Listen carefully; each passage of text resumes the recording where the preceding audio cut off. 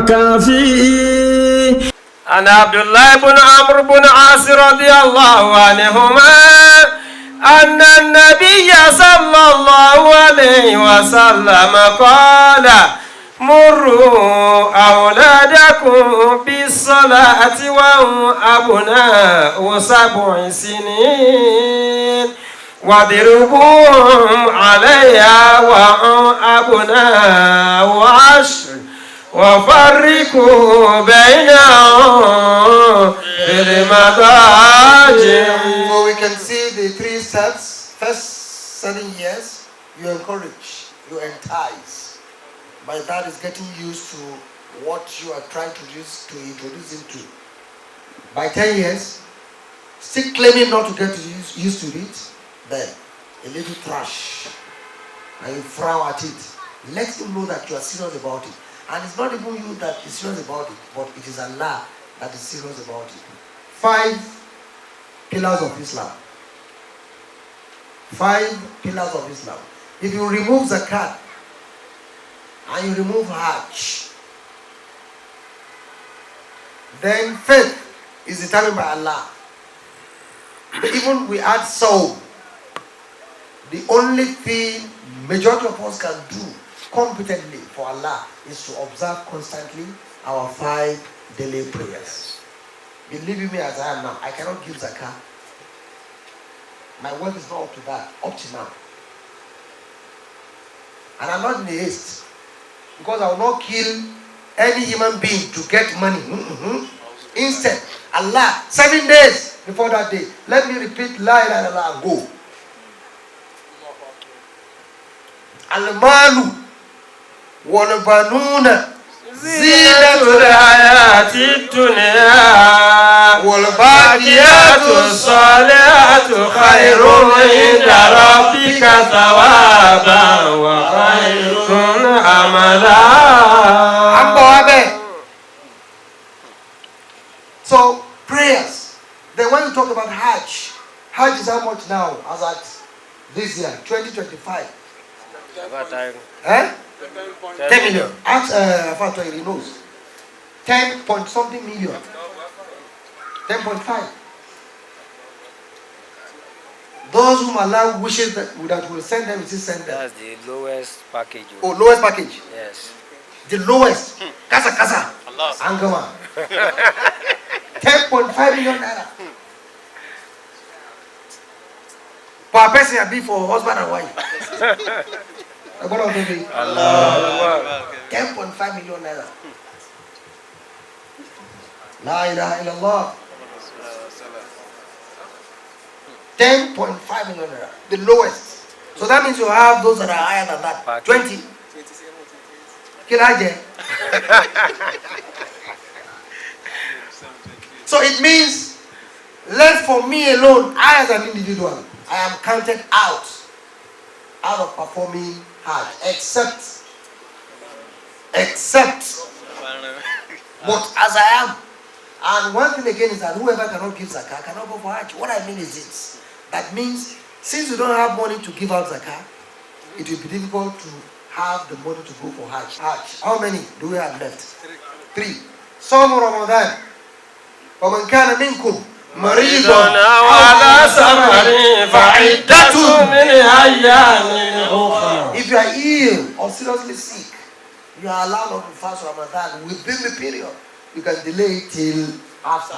Even if you have delivered your baby, you can delay it.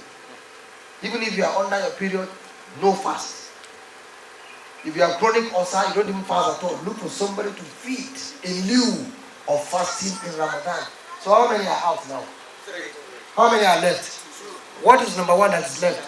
Shahada. And what? Salat. And Salat. So this, most of us who are poor Muslims, we can only adhere strictly to 2 out of 5. So that is why the Prophet never joked on observation of 5 daily prayers. What is child upbringing?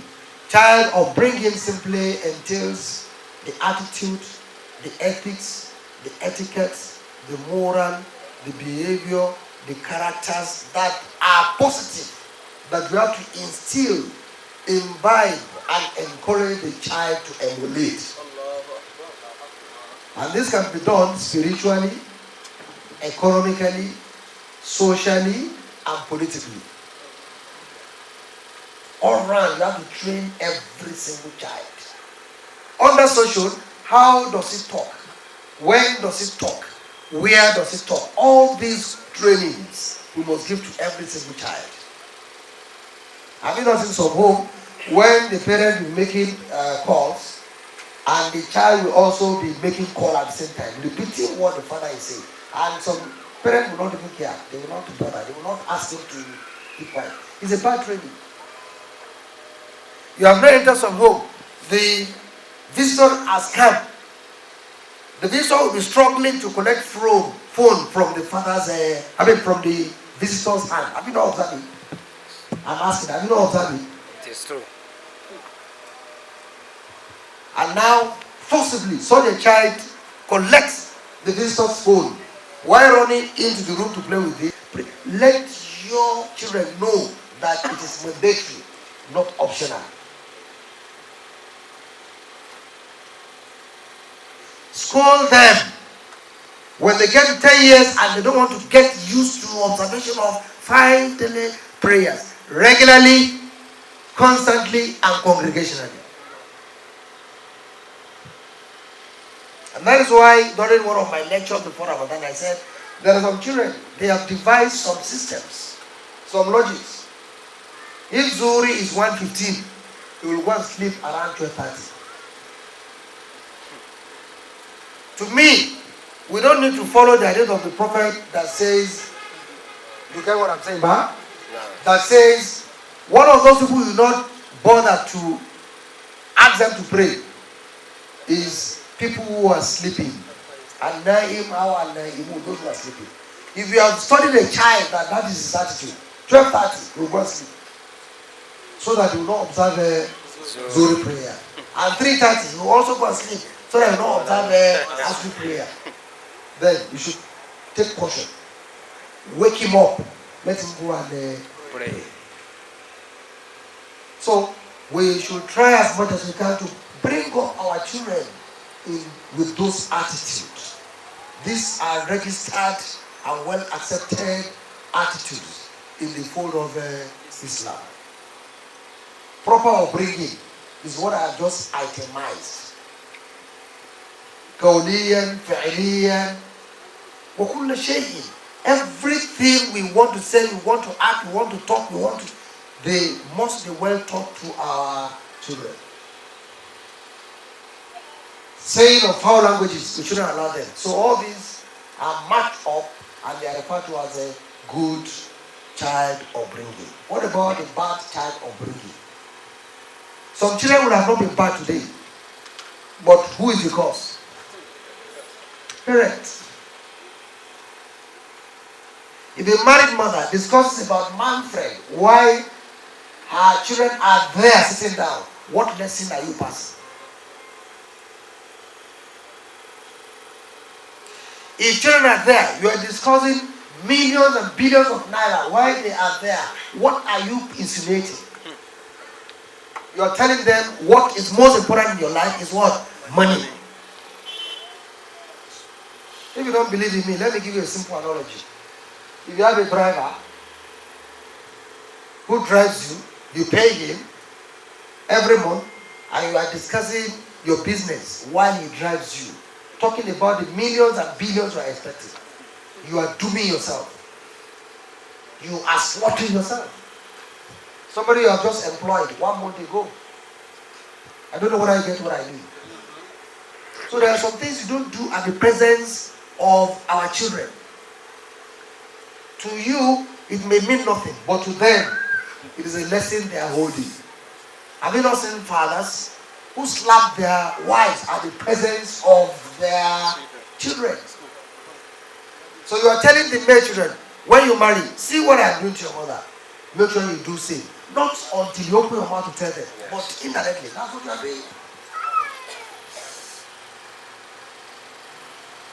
What about some mothers who will tell their husbands, your food, me and dad, go to the kitchen, by the left, open the fridge, You will see the microwave food I put. Go and take it. And if you know you're not ready, it's your own business. You are passing a very bad lesson.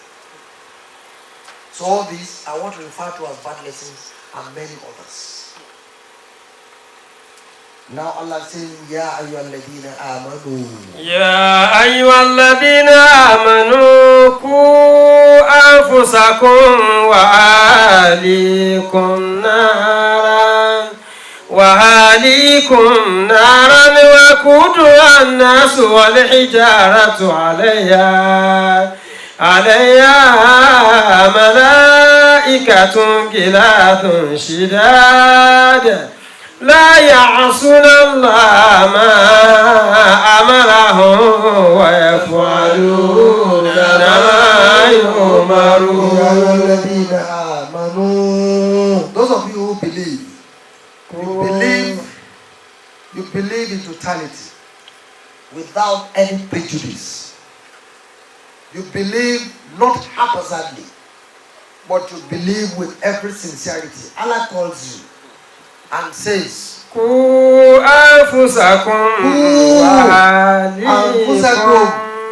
take proper care of yourself, meaning your attitude, your mannerism, your ethics, your etiquette, your characters, your behaviors. Then not only you, as you have been managing your behavior, your attitude, your character, make sure you do same to your children, your wives. Take them off the entrance of the hellfire of Almighty Allah.